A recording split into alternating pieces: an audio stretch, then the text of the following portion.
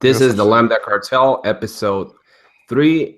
I'm your host or moderator, Pablo Rivera, and with me is Scott Nimrod.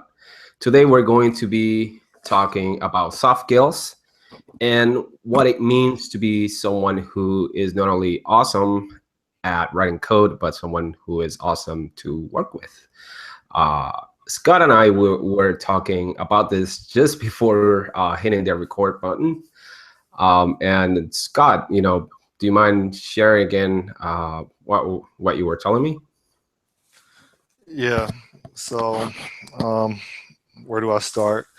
We recently put together an organization called the Lambda Cartel, in which the intent is to basically sponsor each other and to basically establish a group of open-minded, focused, motivated, functional developers, and have them not only not only encourage them to further their careers, but also encourage them to collaborate and work on various projects of different scales that are on their off hours. In this case, we're doing Project Nikeza.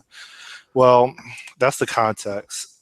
Um, the one of the main driving forces for me to to encourage this type of organization or this collaboration is I wanted to also not only work on an open source project, but make it really open, where we actually discuss the status of where we're at on the project, some of the challenges or hiccups that we're facing, and really just put that out there to the developer community and to potential end clients that may be interested in any one of us, as well as people that are curious about being developers and getting an understanding of what collaboration could look like, not just within uh, a typical office or corporation where you have like one alpha and everybody else are subordinates, but more of people where, we got an African, we got Puerto Rican, we got an Australian, we got a dude in LA, I'm here in Miami. Like, this is true diversity. This is people that come from diverse backgrounds, that are very strong in certain areas and have huge amounts of growth opportunities in other areas. And I would love to demonstrate my vision, or potentially our dream, our vision of what it really means to embrace collaboration of people that don't think alike, people that don't look alike, and how it can really drive out, the best service, the best product, and basically flesh out skills and help everybody grow. And that's something that I've really been missing in my professional career, because it's dominated. I'm just going to be blunt. It's dominated by middle-aged Anglo-Saxons, and I feel like it's very hard for minorities or for women, or if anybody that doesn't adopt the same type of, or anybody that comes from the same background, for them to really express and contribute, to to to a project, and for them to really be heard. And so I view this as an opportunity where I can really learn from people, and that it can actually be embraced, versus someone trying to establish their resume, or trying to get the next promotion, and everybody else just needs to be smart, keep their mouth shut, and just follow along and be obedient, at the expense of someone else establishing their career. So I want this to be more focused on collaboration and everybody contributing towards a greater cause, versus one dominant alpha. Yeah. I mean, wow. So, we've talked about this before on your own video series. And if you know me and if you follow me on Twitter, I don't really get into the whole diversity thing. I'm not a social justice warrior. I talk about diversity, uh, very little, because I decide to take action, rather than just complain about it on social media. I decide to uh, work with diverse teams, and work with people who are not similar to me, and also encourage children and adults and women. I mean, just encourage people from all walks of life to try out tech, and to do something with their lives. Something that you said really resonates with a lot of people, which is, one of the reasons we're doing this is that we want to have a showcase. We want to showcase the world that you don't need to fit a certain mold to be in tech. You Exactly. you don't need to be. And it's not even about race. It's not even about color or religion or anything like that. You don't need to be the stereotype. For example, you ride a very awesome motorcycle, and that doesn't really fit the programmer stereotype.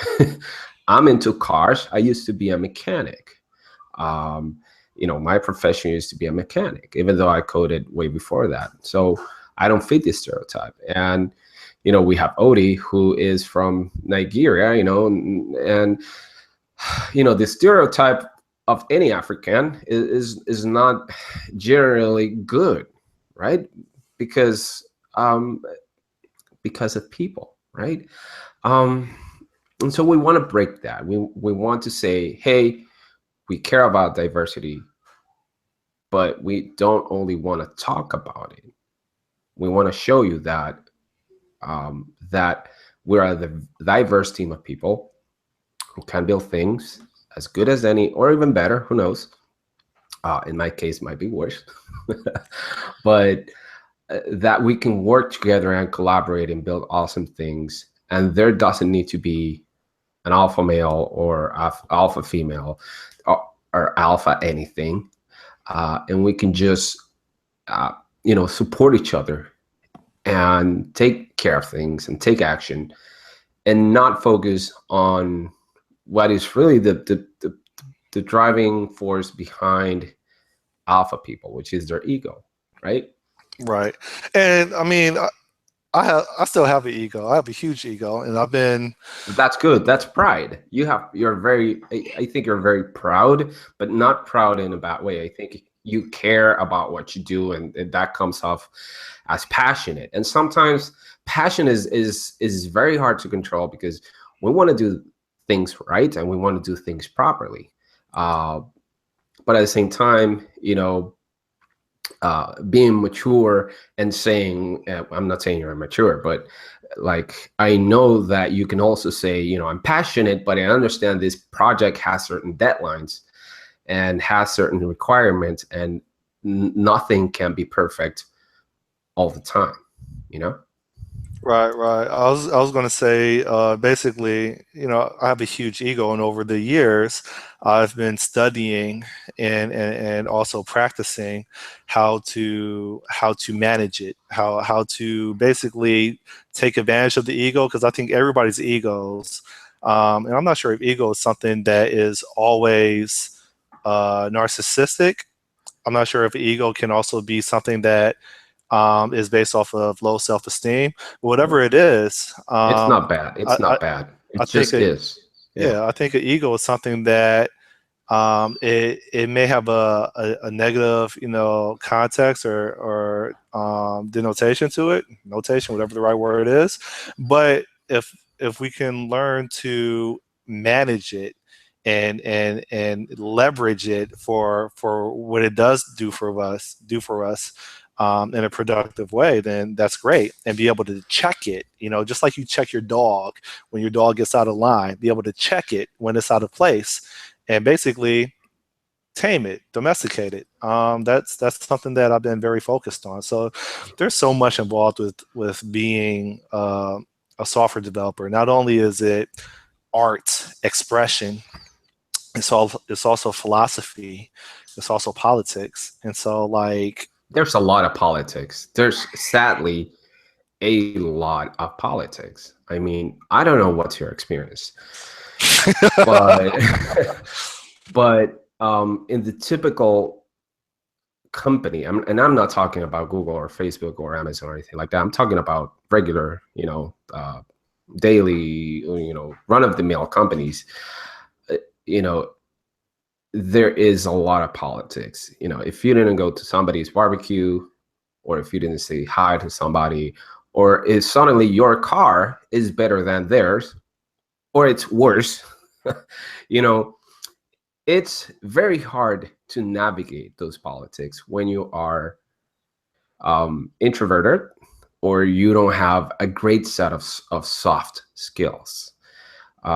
And in my case, it's been a lifelong journey to not only learn how to navigate those things, but to pick up signals that I didn't used to pick up, in the workplace.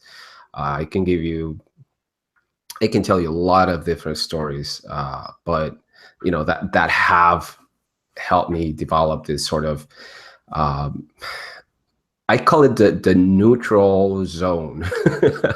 And if anybody has heard this podcast, I have my opinions, I have my strong opinions, but I've learned to tread very carefully, and to have empathy with people, and to have also sympathy, and to not think of things as insults towards me, but think of things as things that people say because they're going through something, right? But what's your experience with politics? Can you share more about that? no, I'm sure I have the ability to share something about that. A Here's the meta definition sharing. of can. And like it's just crazy how here's the thing. I think politics will always be associated to human beings. Mhm. And human beings, I don't think, are that much different from animals, with the exception that we're creators. We have Yeah, dominion over this we're earth. animals, and I mean, if you've seen crows, they are creators, and they have tools, and they do funerals and all the things. My opinion is that we just stumbled into fire before anyone else.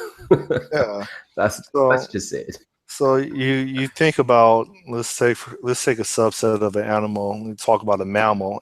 Mammals are known for having an alpha. All right, they are. You look at a lion, you look at some dogs, like you look at a freaking cat. There's a cat that tried to attack my dog in the park, while all the other cats, started like trying to like back up. This one cat just came out. Make a long story short, the reason I'm talking about animals and mammals and all this stuff is basically we all have this built-in um, survival mechanism. And well, let me try to relate this to politics. I think that the majority of us are victims of our survival mechanism, whether we try really, really hard to establish dominance and to basically dictate our vision, um, so that we think that we're doing the best thing, but we're only doing what we know how to do, and we're pretty much quieting everybody else that can contribute to something that's better than what you as an individual have. And I think a lot of people, they don't understand that part. I think a lot of people, they seek validation instead of seeking the truth. Truth seekers versus people that seek validation. And I put emphasis on seeking truth. When when I asked if you guys would be interested in working on the open source project so that we can learn from each other, I absolutely meant that.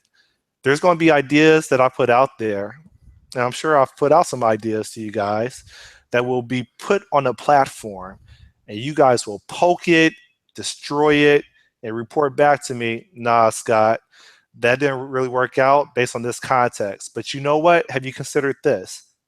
That Mm-hmm. makes me better. You know what I mean? And Yeah. it's hard for me to understand how people don't have that mentality of based on like the scientific, I don't know. I mean, people. There's a lot of people out there, and especially in the tech world, right? It's not that they don't want to improve, right? They don't want to be better. Um, it's that they probably haven't grown to a point. They haven't matured to a point where they they they can do it, or they simply don't have the ability. I mean, there's 1,000 different reasons that people don't have that attitude. And having that attitude of trying to improve myself, of trying to be better, of trying to do better, is normally celebrated in society in general, but it's not. And because I'm a runner right now. Well, I've had to take a break from that, but when I started running, people used to question me, why are you running? And I said, well, I want to improve my health. And when I did my first 5K, people said you shouldn't go any farther than that because you could have problems. I talked to my doctor and he said, go for it because you are in a great conditions. I did the 10K and people said you shouldn't do it again because even though you're doing great, don't push yourself anymore. And then I did another 10K, which was harder, and I just kept doing events and more events and more events. And suddenly people just said, well, it seems that all you want to do is keep improving. And that was my goal from the start, to make a better version of me, because I recognize that I'm flawed, that I'm not perfect, that I have, and that I want to increase, like develop my skills, and I want to be a better person. And I don't think, like, even though it's a popular thing to think, it's not a popular thing to apply. And I feel Exactly. it's because becoming a better programmer, what does that mean, Scott? What does that mean? It means that you have to realize that you're wrong most of the time, that you have to listen to people who are older than you and younger than you. So it's a very humbling experience. And you have to, accept the fact that your code stinks.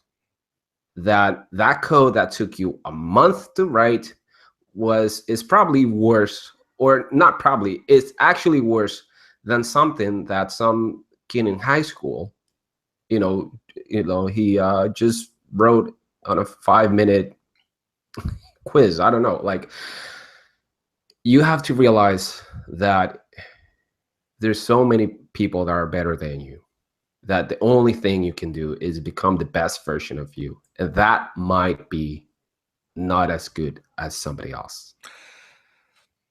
But that's it. I mean, I completely agree with you. Uh, especially when you said, the actual application of it. So this morning I woke up and I listened to .NET Rocks, and I listened to I love that show. I love that show, by the way. I listened to the episode on Thursday, June 1st, 2017 with Denise Jacobs. All right. And Denise was basically talking about how to bring out your creativity, Mm-hmm. And it was a really good show. and I knew she sounded different based on the way she would say things. So I'm like, I want to see what she looks like. And I'm like, I knew it. Okay, but to make a long story short, I went ahead and I commented on the show, and then I copy pasted my comment, and I emailed her directly, and basically my comment was this, great show.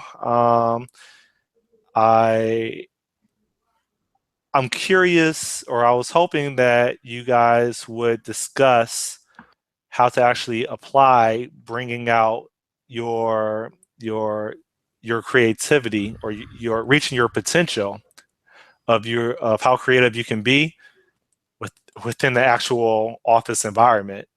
I have found on my experience that Yeah. this can be stifled. This can be put down. I have been.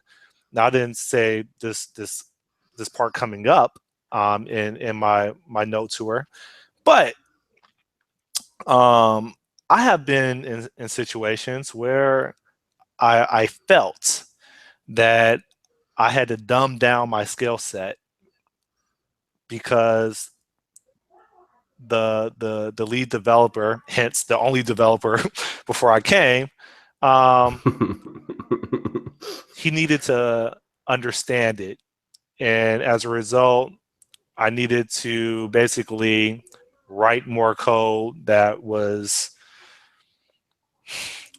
basic, or yeah, I felt like I had to dumb down my skills, and Mhm. so I mean, what do you do within the office environment where some people advocate that you do everything for the team. It's all about the team. There's people that publish YouTube channels in which they focus more on the team than they focus on how you can contribute to it being even better.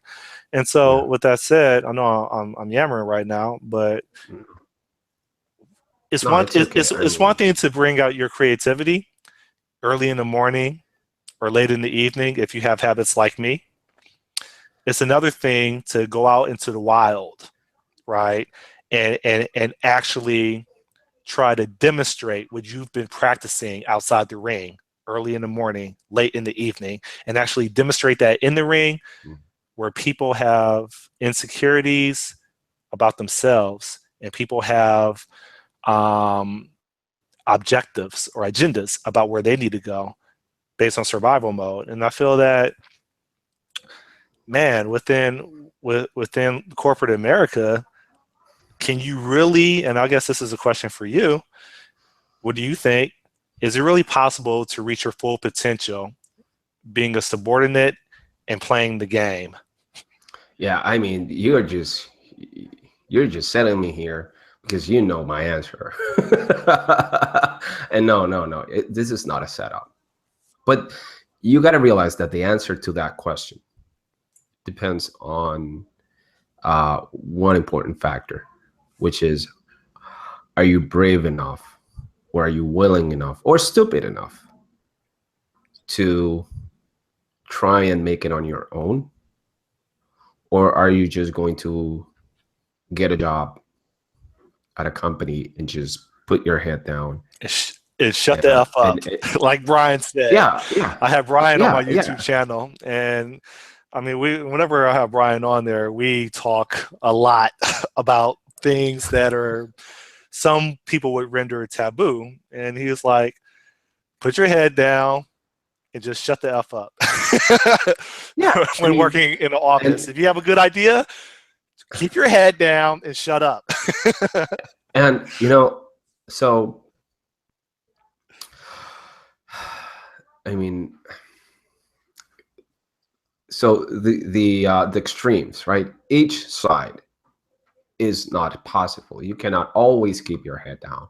You cannot always, try and improve things in a place, uh, because sometimes your goal of becoming better is less important at a team level than the team's goal of delivering a product. And I know you understand that. I mean, that's very simple. Now, in my case, I do try to be on the improving most of the things most of the time. But what has worked for me has been to, set up the conditions so that people can succeed by themselves if they want, and not make them look like not make it look like I'm pushing them, or that I'm somehow being a puppeteer, right? I realized later in life, because I'm not a genius, sadly, that real success, real progress, real team building, or individual.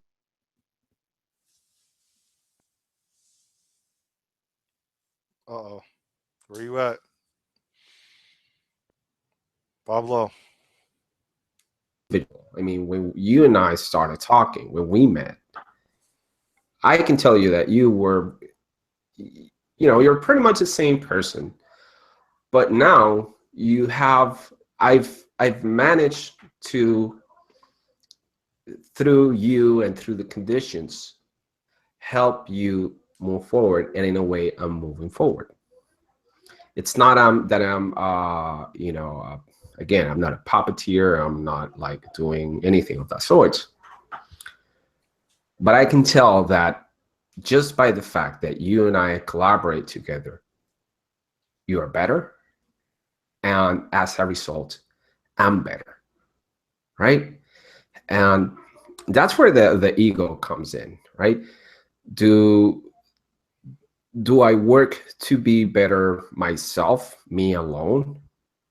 Or do I say, Scott has really a lot of really great skills, and I wish the world knew more about him, and I wish that he could have more reach. And I'm going to try to do that. And through Scott, I'm also going to level up my skills, because Scott is a different person than I am. And I want to help him, achieve that. And for him to achieve that, I have to prove, and I have to learn how to work with Scott. Now, that not a lot of people do, because it's really freaking hard. I mean, I cannot tell you the times that I just wanted to pull you from the computer screen and just shake you and say, Scott, wake up. Yeah.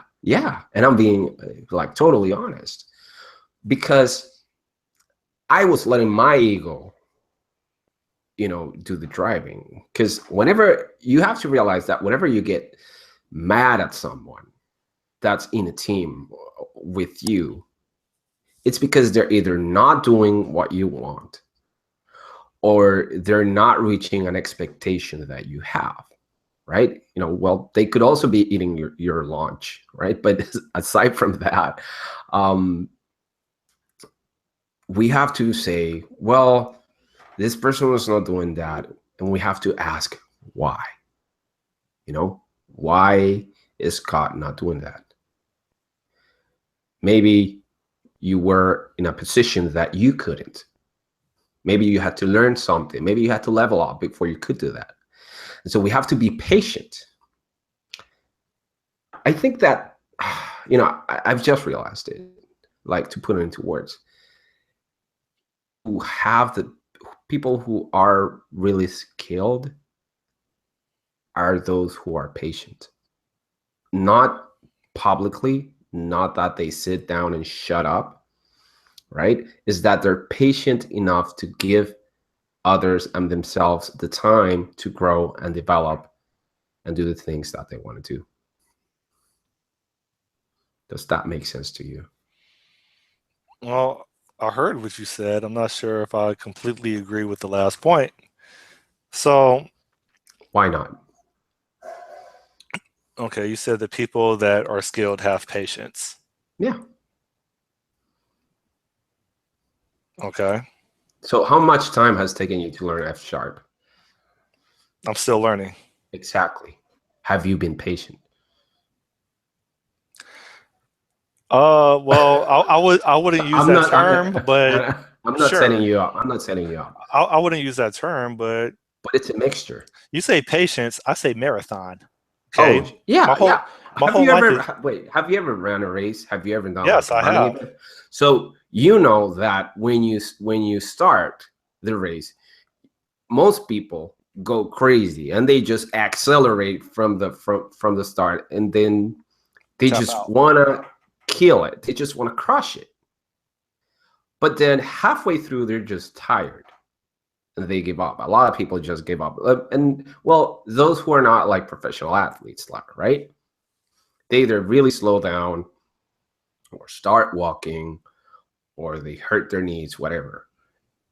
I came to realize that in events, you start off quick. Of course, you don't want to be the last one off the line, but you have to pace yourself and you have to be patient and you have to, like stretch out your your ability to finish the race, right? You have to stretch out your skills, you have to stretch out your endurance in order to finish the race and meet your goals. um and you might not call it patience, Well, you might call it something else, but I, at my age, and sounds like I'm like 70 years old, which I'm not. um I've realized that it's patience, at least in my opinion. so here's my philosophy of marathons and how it pretty much is a metaphor of life in general. Okay. I moved to the state of Florida. I decided I was going to change. I was just going to flip the whole script of my whole life. You know what I mean? Hmm. So I decided it would be a symbolic gesture to run this half marathon in Mexico City with a whole bunch of people that don't look like me, don't talk like Wait, me. What's a up? half a half marathon, a 13 miler, Yeah, I got to build up. It was a half marathon. and you've never trained? Oh, when I moved to Florida, I trained for 6 months, and then I ruined my knee like 3 weeks before the marathon, and I just decided to OD on painkillers, and I still did it. Um, I wanted that more than anything. I'll give away my firstborn to get that medallion. You know what I mean? It was symbolic, Yeah, and yeah. but the I think the rationale is I look at everybody's first marathon as basically a declaration of war against everything that they believed in about themselves. So, Absolutely. so It is. my how do I frame this? When you say that I'm going to do a marathon or a half marathon or even a 5K, and let's say that you're obese and you've never done a 5K before, or whatever reasons you have health problems, when you make that decision, the phone call just got made, gorillas get sent.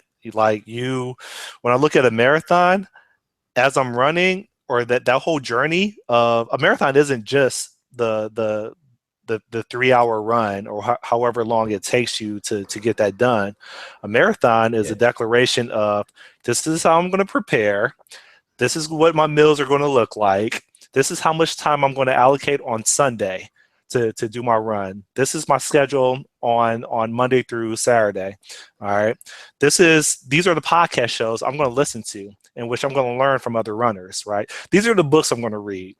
I'm going to spend the next half an hour every day watching YouTube videos on this. When I say a marathon is a journey, I'm talking about I am completely immersed, right? And throughout that whole ordeal, the result of a marathon, at least your very first one, is you just destroyed your pre-existing belief system, or shall I say, you just destroyed your past belief system. And Hmm. that's the thing where I think most people aren't hip to is, at least for me, my whole life I've been told I'm inadequate. My whole no, you're laughing, but I'm dead No, I'm serious. laughing. I'm laughing because it's been the same. My whole life, I've been told I'm not You're good not good enough, enough. Yeah, right? you're not. You're like you will never be. You will never be smart enough, good looking enough, rich enough, well connected enough. You will never pass this Google interview. You will never be young enough to work at Facebook. You will never, reverse a binary tree in order to work at Amazon. I'm sorry, you're just not enough. So you know what happens is you say, well, as long as I'm not good enough, then I will never ever have the lifestyle that I want. So let me start putting one step in front of another as I prepare this marathon. And let me start doing what I need to do over the next 36 months, 60 months, 10 years, so Hmm. that the next time we have this conversation, there's progress that's made. And then they could say, well, at least I'm not good enough. How do I say this? Before I wasn't good enough in everything. Now I'm not good enough in half of those things.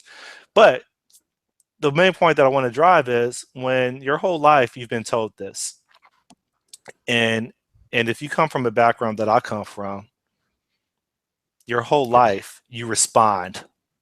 Yep. Your whole life, That's res- competitions in your blood. Some may argue that's competitions in your resiliency. ancestry. Yeah. Resiliency in your blood. I mean, I refuse to give up. You know that. And I know you do. Like, that's it. I mean, I just refuse to quit. You Yeah, can you just I mean, you can hurt me. You can definitely hurt me. You can leave me off for that. Like you can throw me in a hole in the ground, and but I'm gonna get up. I'm gonna, form my army, and I'm just gonna conquer your castle. Muhammad That's Ali says, "I'll show you how great I am." Right, and exactly. so what happens? Well, you spend the next 3 years growing yourself. You spend the next Hmm. 3 years consuming every possible book there is to be consumed on self help and programming. And then what happens? Well, No. you enter the you go back to the places that you interviewed where they said you weren't good enough. You finally get hired and you realize that everything that they docked against you for the reason why they didn't give you that opportunity to work at that place, that was just for you. All those skills that they said you had to have, no one at that place has it.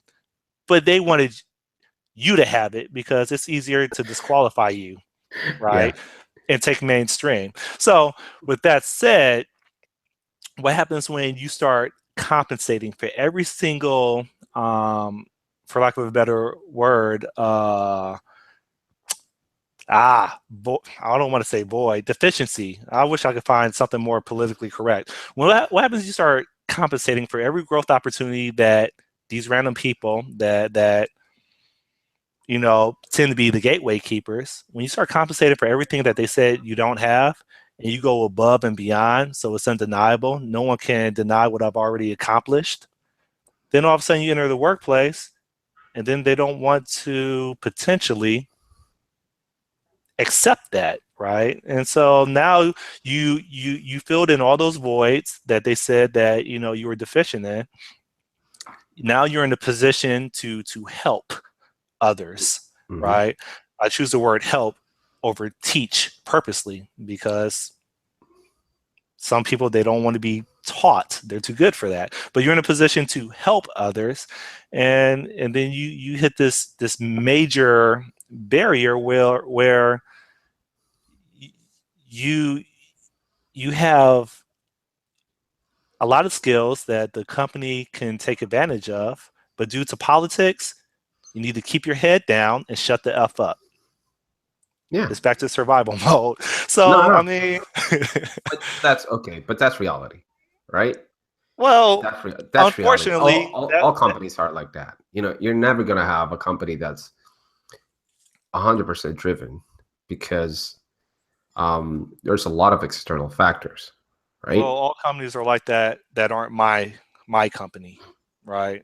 Yeah, but your company, how much money is it making right now? Well, I don't really have a company. I'm just saying that Exactly. I'm saying that, you And know, I'm not busting, until like, we able to create our own realities, then we become like, and I I'm don't not know. busting your chops, right? I'm not busting your chops, but No. My response meant that, you know, until it becomes your own reality, then you're going to be part of someone else's. you're You gonna know, fall into that. You're unless you're constantly trying to drive yourself out of business, which no one ever does, except me, I think. You're not going to you're gonna end up being that, right? You're gonna end up like just letting the outside pressures just control you, because the moment you're making money and the moment you have an employee and you pay that employee, it's the moment that your reality gets warped. And the moment you have a lot of money in the bank, in the bank, it's a moment that you start to think that you're special.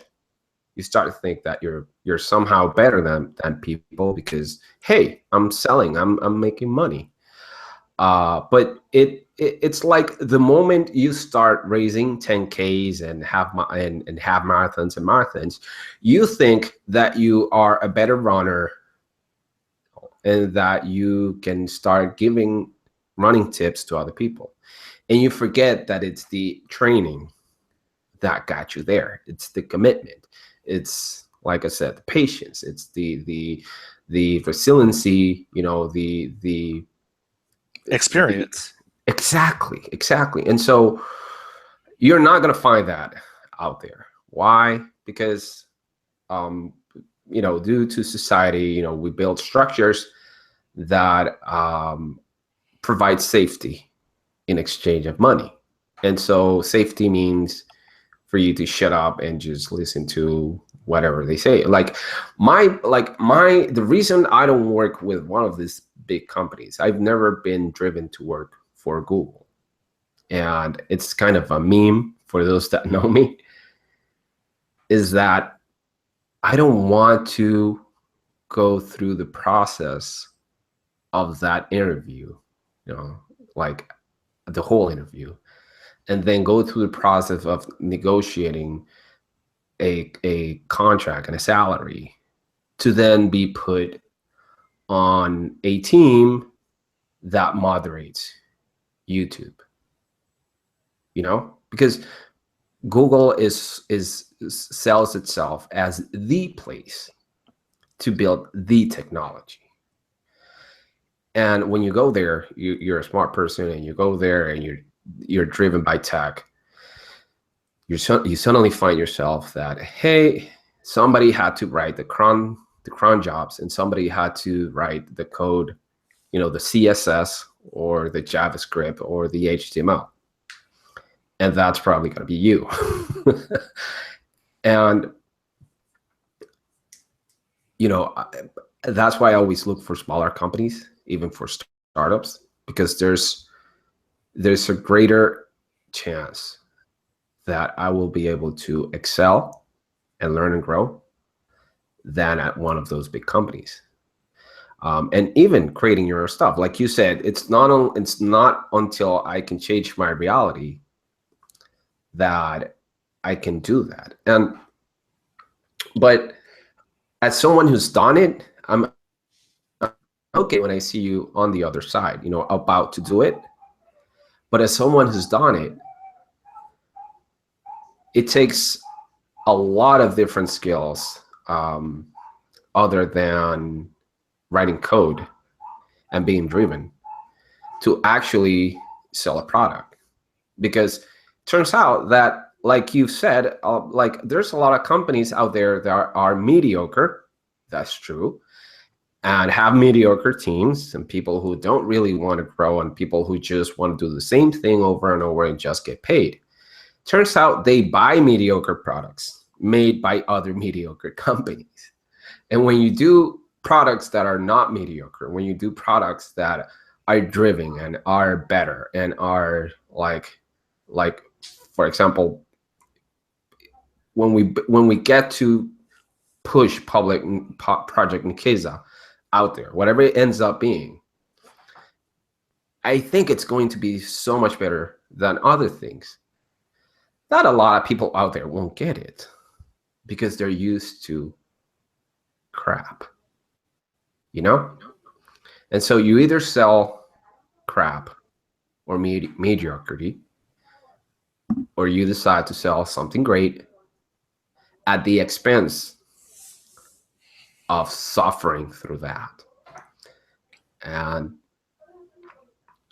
you know, it's just the way it is. Sadly, it's just the way it is. Well, that's the way it is in corporate America. No, dude, in everything, because right now, I'm, I have Yellow, which is my own thing, and I work there. I write code there, and I work with my clients and all that. Let me do a quick pitch, right? So if you need a tech project, deliver on time and on budget, then you gotta call me or send me an email at pyellow@gmail.com. See, you gotta develop those selling skills.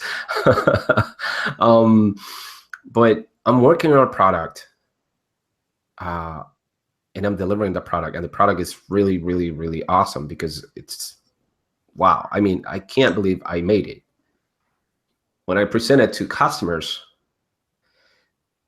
some of them don't even know how to react. And it's something that they ask for because they're used to being delivered the minimum, like a government contract, like all the bridges, all the government buildings are built by those who bid the least amount. So people are used to that. And when they see something done well, they don't know how to react. And so it's also managing that expectation of letting them know that what they're going to get is not only good, but the fact that it's good, it's not going to make them go bankrupt. That being good is just part of what you're doing. This has somehow turned into a business podcast. I apologize. Yeah. I mean, it's just, I think it's just part of it, because as employees, as contractors, we want to deliver the best value, and the best value means being the best at what we do and just getting things done and making, like every time somebody hires me to do, as a contractor or as an employee, I want our customers to just go, wow, like these people know what they're doing. Like I like to see people impressed. I want to deliver, right? But I don't make a huge ruckus about it because I believe in under promising and over delivering. But I focus on the outcome, right? I only care about the process if it gets me the outcome that I want, right? I'm not process focused like a lot of people out there. I just want the thing that blows people's minds. And you don't think the process dictates that? No, I think that the outcome dictates the process, not the process, the outcome. The outcome dictates the process. Yeah, absolutely. So you keep screwing up as a collection of outcomes, and then you do retrospectives, and then you create a process as a result of those retrospectives. Is that what you're saying? If the outcome is still not, what I want, then I keep testing. It's like running. I mean, like I want to hit a certain mark.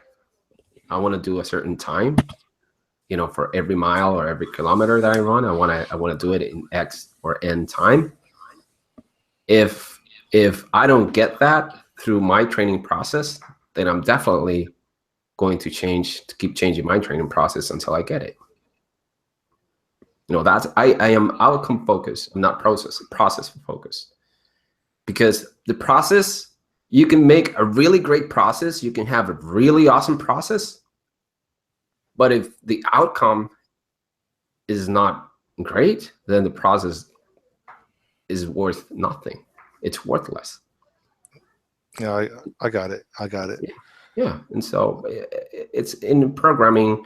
So I mean, like yeah. my thought process was like one of my objectives is to and I do it. I just need to figure out how to do it at a grander level so the whole universe can observe. Is basically take You need a take TV channel. I'm just kidding. take the techniques that I have learned over time from others and also some that I've just conjured up and basically refine those techniques so that I could deliver faster and with higher quality and for the market to observe how the process, aka techniques that I have taken advantage of, are generating way more value. Definition being, I would say, faster and higher quality than what mainstream is able to deliver. And so that is what I strive to do.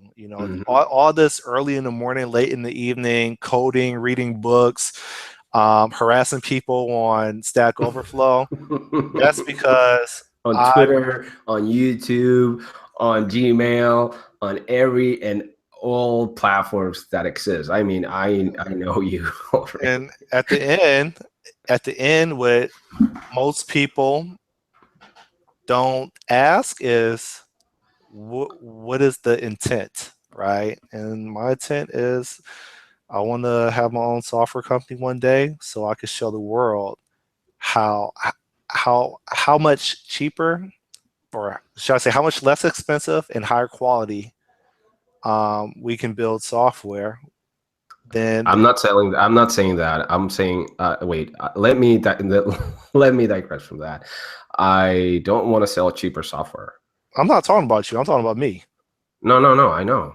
I'm just saying. Like, if they want to pay $1 million for software, let them pay $1 million for software. Yeah, but they're paying $1 million for but for but programmers to spend 90% of the time in the debugger yeah, troubleshooting the no, no. software that they But wrote instead of them actually writing it.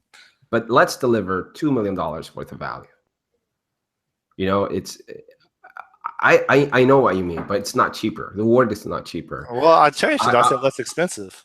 no, no, it's not less expensive. I think you want to deliver more value. You want to deliver their value they want, the value they need, not the one they want, right? While also giving them what they want, which is pretty much.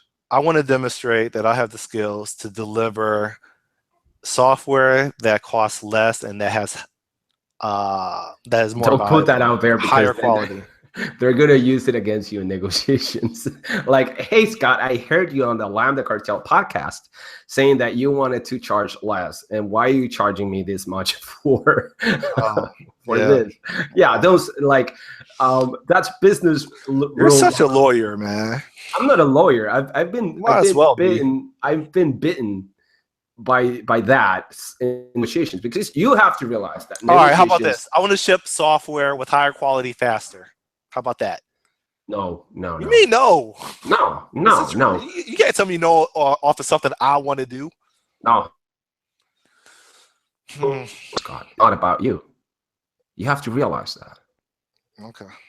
it's about what they want and what they need. So you deliver more value. You deliver more of what they want and more of what they need than anybody else. And the world is yours. It's that simple. But doing that more means doing your own, that routine that you said, like reading books, doing code, bugging people in Stack Overflow, and then learning as a programmer, learning how to sell, learning how to market, learning how to negotiate, learning how to contact people, learning how to work with people, learning how to build a team. And I mean, just becoming better and better and better at even the little things, and just going crazy with every little thing. And when I say going crazy, just being absolutely obsessed with making sure that that thing is just the best possible, rendition of what it may be. Uh, you remember the logo, the Lambda Cartel logo? Do you know how much time I spent doing that logo? Do you have an No, idea? I would probably say maybe an hour. No. I started learning Inkscape and GIMP back in the early 2000s. Okay. That's how long it took me to build this awesome logo, which I totally love, and I can't believe I did it. I like the animation. Yeah. Yeah, it was awesome, but without the logo, the animation could happen. Well, the animation is a logo. I know, but the icon, the letters, the fact that I used the Lambda symbol as the A, the fact that I knew what a grunge theme was, and being able to look at the fonts and change the the kerning on the letters, Yeah. and all of that took me. Shout out to Odie for having us, because we were saying the functional programmers cartel. And No, he was like Lambda. No, the functional mafia. Functional mafia, and I was Yeah. like functional cartel, and then Odie was like Lambda cartel. But I told my brother, I have an older brother who is a totally huge nerd. I mean, the biggest nerd in the world, and I love him, but that's what he is. And he said, "Oh, the Lambda cartel, as in Lambda from Revenge of the Nerds." And I'm like, yeah. And have you ever seen that movie? What's strange is 2 weeks ago I was YouTubing Revenge of the Nerds, and they had like 3 different movies, but I was trying to find I thought the last movie is when like they started recognizing that the nerds are actually, they become cool once they get to their 30s because they have the fast cars and all the women start gravitating. And that's true. So I was looking for that trailer or that intro, and I could not find it. So it's weird how you mentioned that, because only someone like me could say, yeah. No, but let's talk about that. I mean, being a nerd when you were a kid and a teenager, it was hard because you stood out, right? I don't think I was a nerd in high school. I was a huge nerd. I had to go into sports just so that I wouldn't be bullied or picked. I had to do that otherwise, because computers just called me. They just I didn't become, I prefer to use the term alpha geek. I didn't become an alpha geek until my mother kicked me out the house, and I needed to figure out how to make some things happen. But a geek and a nerd are 2 different things. You know that, right? No, I don't. So a nerd, at least this is how I know it. A nerd is someone who is, cares, has more analytical skills, and is just focused more on the tech and the science and all that stuff. And a geek is someone who just does not really follow mainstream, and they follow their own thing, like a, okay. I guess I'm both.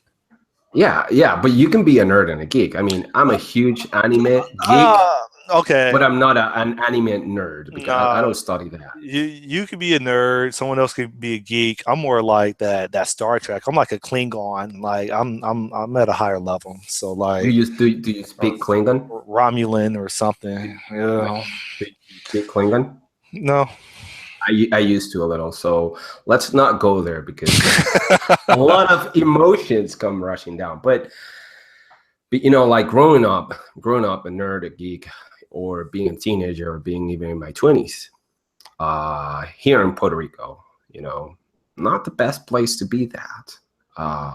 And the other day, I have a family member, not close family member, but just someone who's barely family.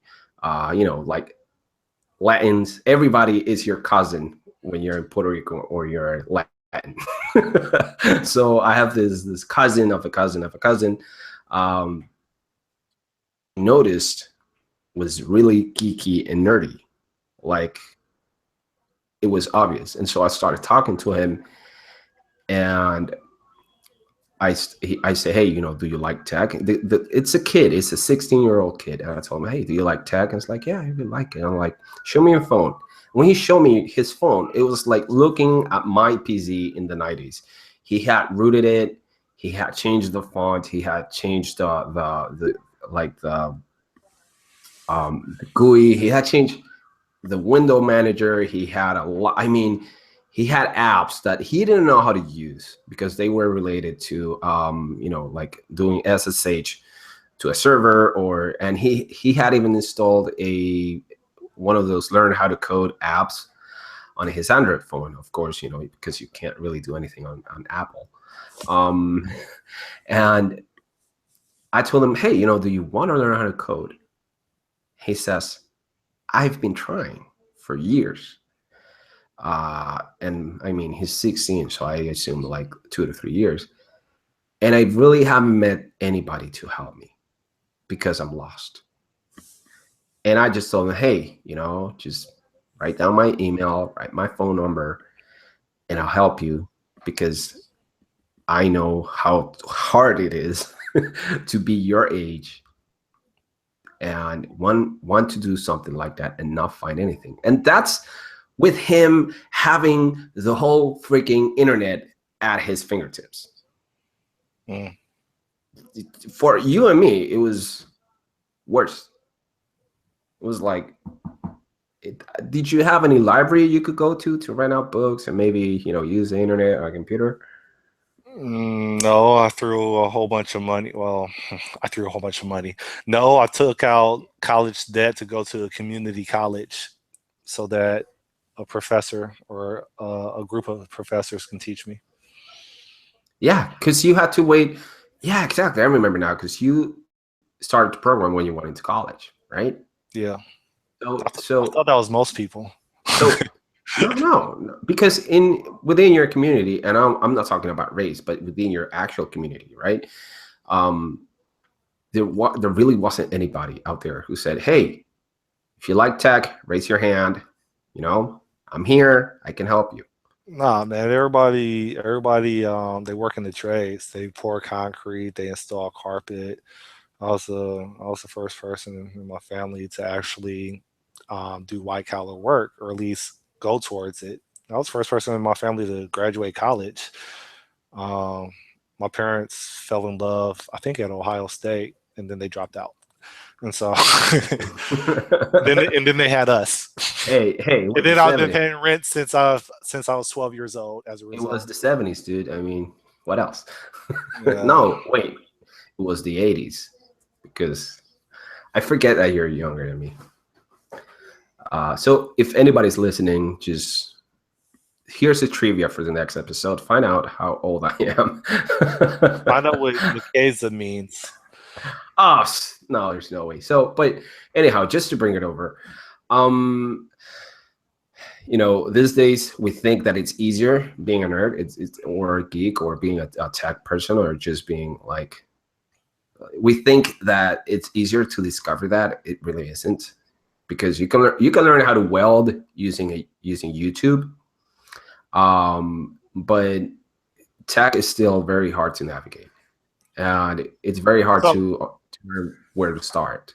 I keep having this song playing in my head because I was at the club. Well, no, I was at the club last night, but this was like several nights ago, and it was this. It was originally, I thought it was West Side Connection, but apparently this hook is in a couple songs. It's like, gangsters make the world go round. Pardon me, my singing. Yeah. But I thought about that, it's actually programmers. They make the world go round. Everything runs because of us. On code. Yep. If it hadn't been, we run the prisons. We run, unfortunately, pedophiles. No. Come on. Why you don't bring that up? I mean, this is a family show. Come on, no. I mean, like, if like here's no, here's no, but I'm saying like everything. Runs because of nerds. That's it. The elections and the hacking, like all that is due to code. That it's the truth, right? No, but let's just put it in a more It's a beautiful new way. bloodline, right? It runs everything. Without The it, things go world dormant. runs on creative, and creatives these days are not only artists, with the paint or the drawing or the composing music, but it's also technology, because I think that a circuit is beautiful. I think that having a rock think by itself, and I'm talking about silicon and chips, I think that's beautiful. And we're the new age artisans, to put it that way. And we do make the world go round, and we do make it tick. But we shouldn't dwell on that. We should focus on not only making it go round and make it tick, but we should focus on making it more beautiful and better, right? Wow. I mean, it's been an hour. Yeah. I don't want to. I don't want to like make people think that every podcast episode is going to be like listening to an audiobook. And so let's just rewind a bit. We talk about soft skills. We talk about our personal, experiences. I was talking about patience. You didn't agree 100% there, but I'm being patient with you, and and I know that in several months you're going to say you were right. I'm just kidding. And we were talking about being driven and being someone who cares about result of things that we do. That we care about doing things, but not only about the delivery, but we care about the journey.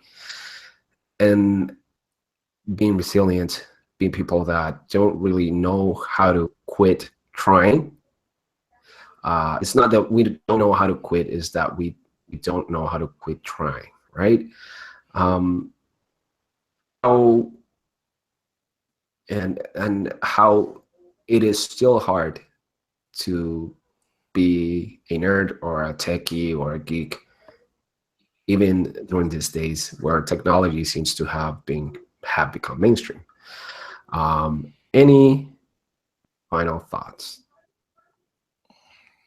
You could have told me to think about something before you were going to ask this question. No, it's called a final thought. It's just straight out of the left field. I have a dream that one day people that run software are going to actually be people that know how to write software themselves. That's beautiful. Corporate America. Yeah.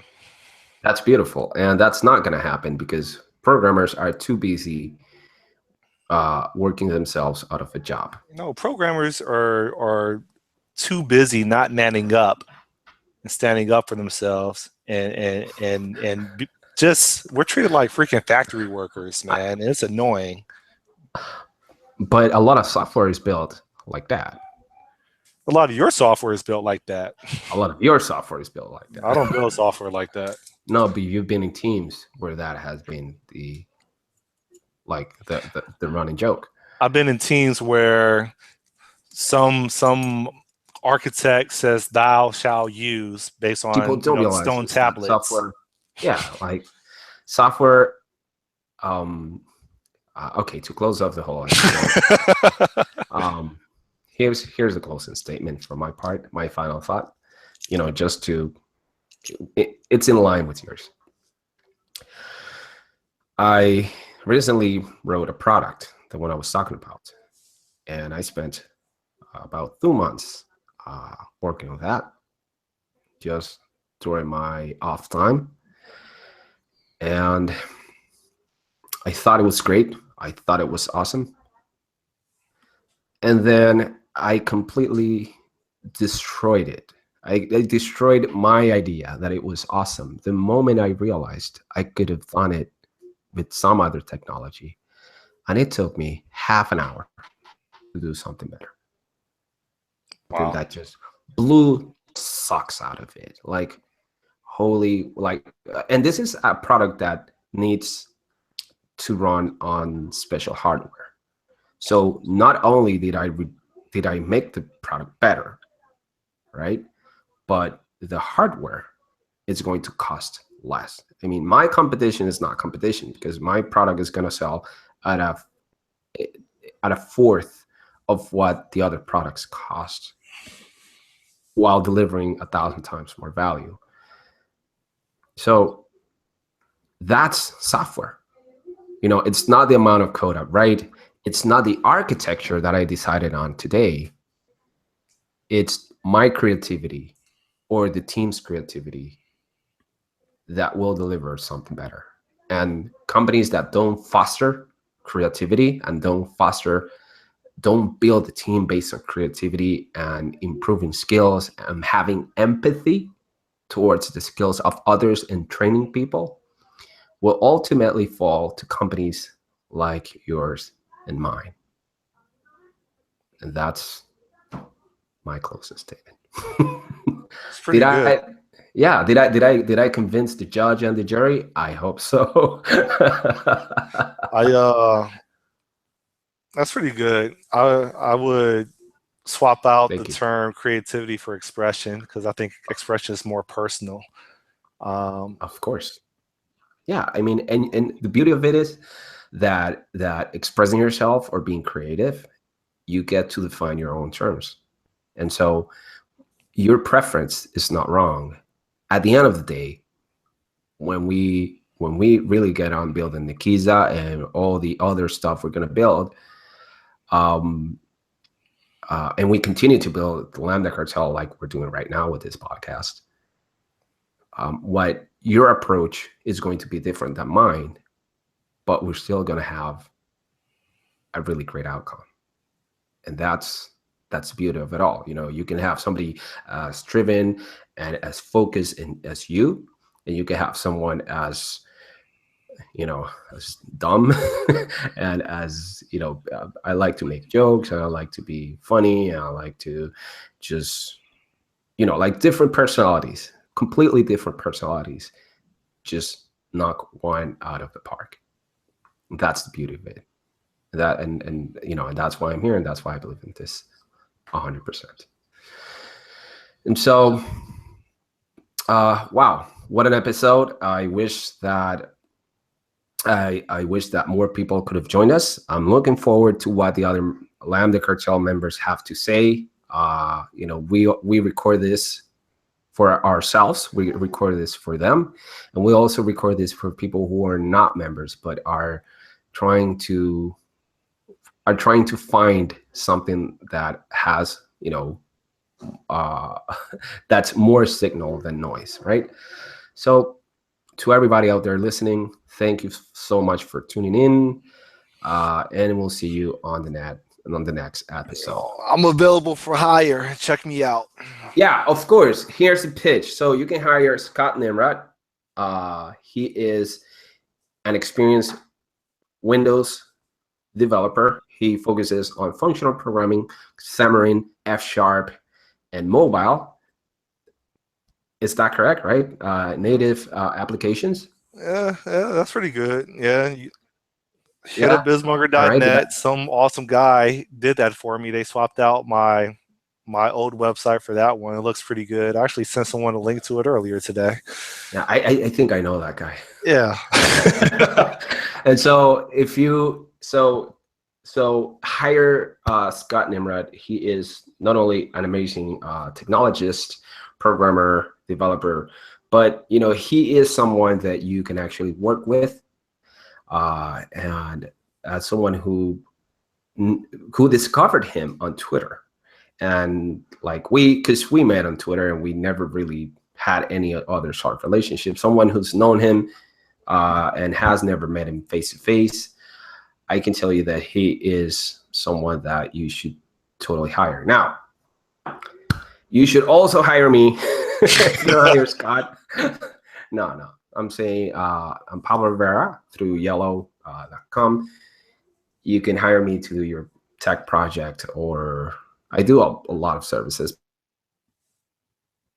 But I'm not talking about that because then it's a whole nother show. So hire Scott. And if there's money left, hire me. I'm just kidding. And so I'll see you guys on the next episode. Scott, would you do the honor of saying goodbye? Adios. Te veo a ratito. Yeah. People say I said that wrong, but whatever. All right. Goodbye, everybody. Goodbye.